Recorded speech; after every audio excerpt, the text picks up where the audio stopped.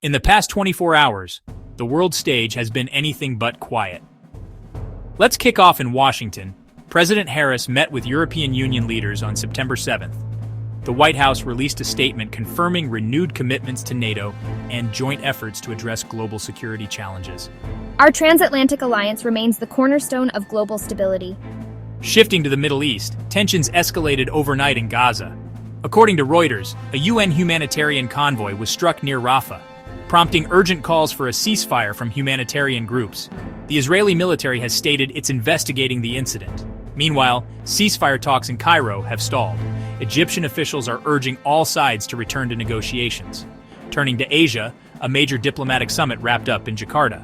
Leaders from ASEAN signed a new trade pact aimed at boosting economic growth and regional cooperation. This agreement marks a historic moment for Southeast Asia. In Moscow, Russia announced fresh sanctions targeting Western technology firms. The state news agency TASS reports these measures respond to unprecedented external pressure. The Kremlin says the sanctions will remain until mutual respect is restored. Let's talk economics. The International Monetary Fund just released its latest global outlook. The report forecasts world GDP growth up to 3.2% for 2025, citing resilient consumer demand in North America and resilient consumer demand in Asia. But IMF chief economist Pierre Langlois warns of persistent inflation risks, especially in Europe. In Geneva, delegates from over 40 countries are convening at the UN Climate Summit. Today's session focused on climate finance.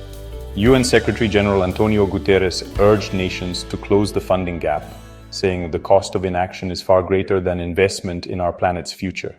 To summarize, transatlantic diplomacy is in the spotlight after high-level meetings in Washington. Conflict in Gaza intensifies, with international calls for restraint. Southeast Asia celebrates a landmark trade agreement in Jakarta. Russia retaliates with new economic sanctions against Western firms.